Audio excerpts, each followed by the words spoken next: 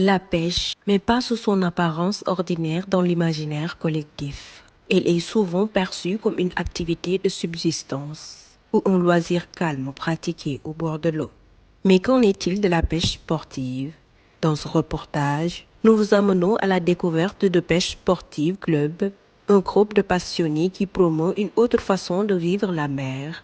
Entre passion, respect de l'environnement et adrénaline, immersion dans un univers méconnu, mais fascinant.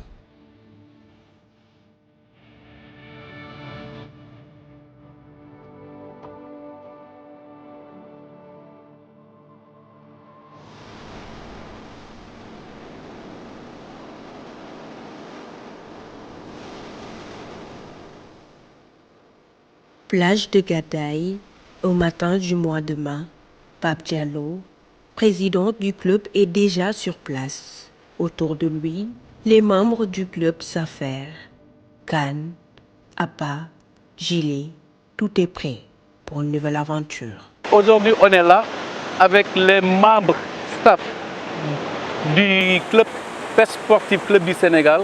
On va se présenter aujourd'hui, vous montrer ce qu'est Pêche Sportive Club du Sénégal, c'est quoi son personnel, c'est quoi ses objectifs, c'est quoi qu'il est attendu à réaliser d'ici sous peu de temps. Nous allons parler uniquement du surfcasting et on va vous montrer différentes techniques aussi sur le surfcasting et les compétitions que nous allons préparer et tout ce dont aussi qu'on a comme impact, qui nous impacte au niveau de l'environnement aussi.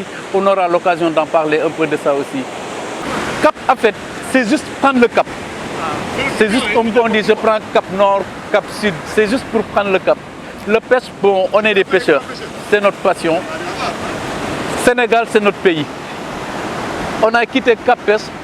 On était un petit groupe de WhatsApp, plus de 200 membres. On a évolué jusqu'à Cap Pêche Sénégal.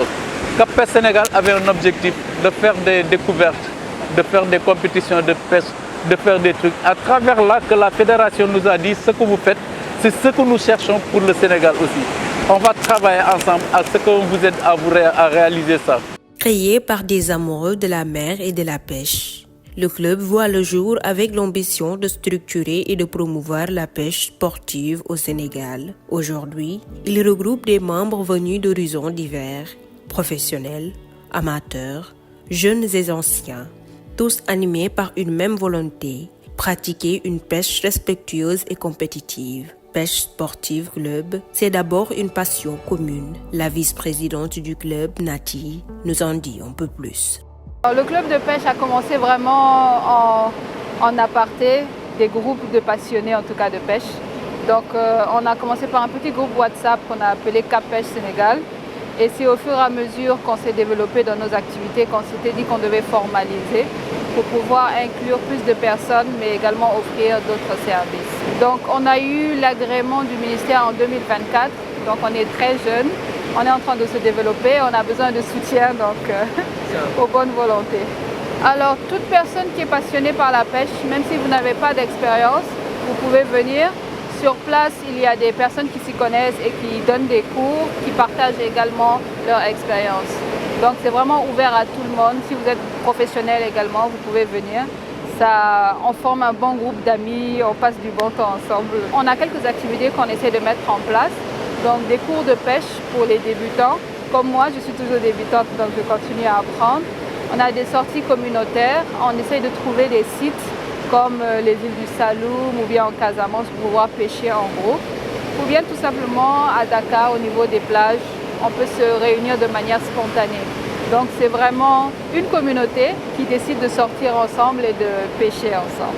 Alors dans le club, je pense qu'on est 2 ou 3 femmes pour l'instant, mais on aimerait avoir beaucoup plus de femmes.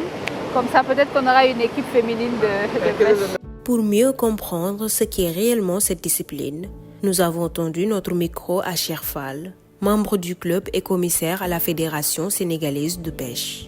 Avec son expérience de terrain et sa connaissance des réglementations, il nous éclaire sur les différents types de pêche, les spécificités de cette activité et le matériel utilisé. Voilà, la pêche que nous pratiquons, c'est la pêche sportive. Pour faire simple, il y a 2 types de pêche.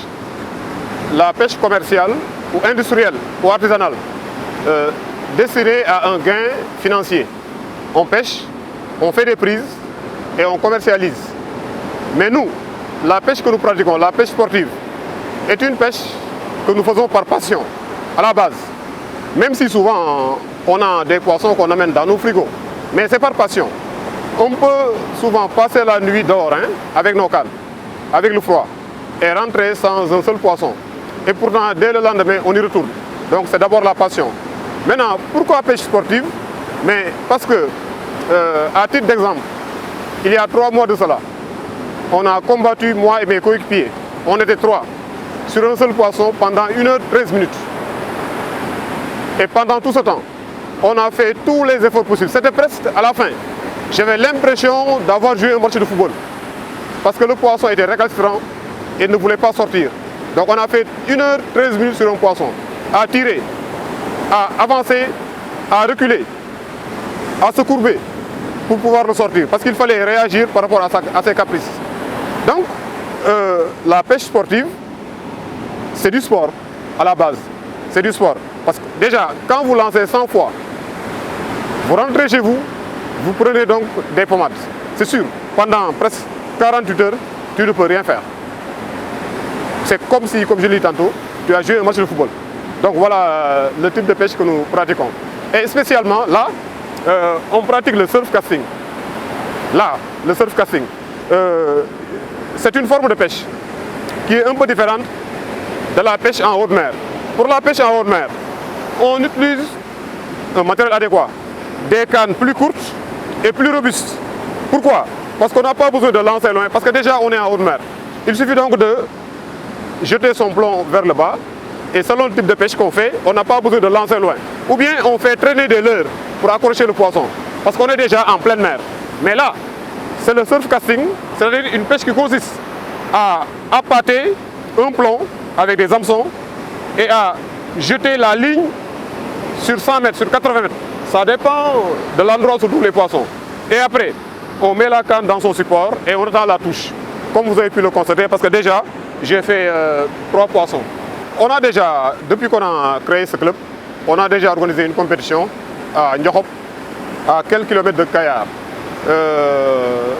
On avait 25 compétiteurs, équipés tous de matériel, de cannes adéquats, et on a élaboré un règlement.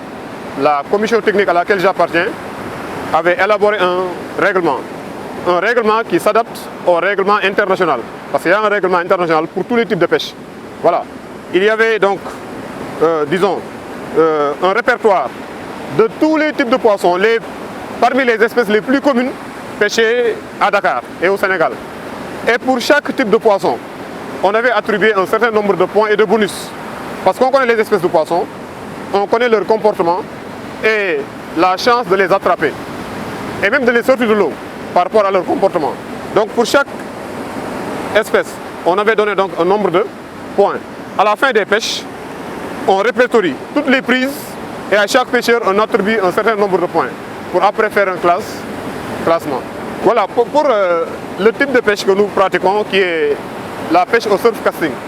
Nous le faisons avec des cannes adaptées, parce qu'on doit lancer loin, pour essayer donc de toucher le poisson. Donc généralement, on les fait avec des cannes de 4,20 m, 4,50 m ou de 5 mètres. Maintenant, la particularité de ces cannes, c'est que c'est des cannes à 3 brins.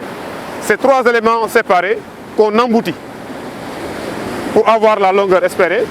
Et après maintenant, on les arme de moulinet. On les arme de moulinet. Voilà ce qu'on appelle un moulinet. C'est une machine de pêche composée d'un moteur. À l'intérieur de la carcasse, il y a un moteur avec un pignon et une roue de commande qu'on fait tourner par une manivelle pour enrouler le fil autour de la bobine. Voilà ce qu'on appelle la bobine. C'est le support du fil. Maintenant, en passant, il y a plusieurs types de fils. Il y a des fils en nylon, il y a des fils tressés. Par exemple, là, j'ai sur ce moulinet, sur cette bobine, un fil tressé avec 9 fils mis ensemble.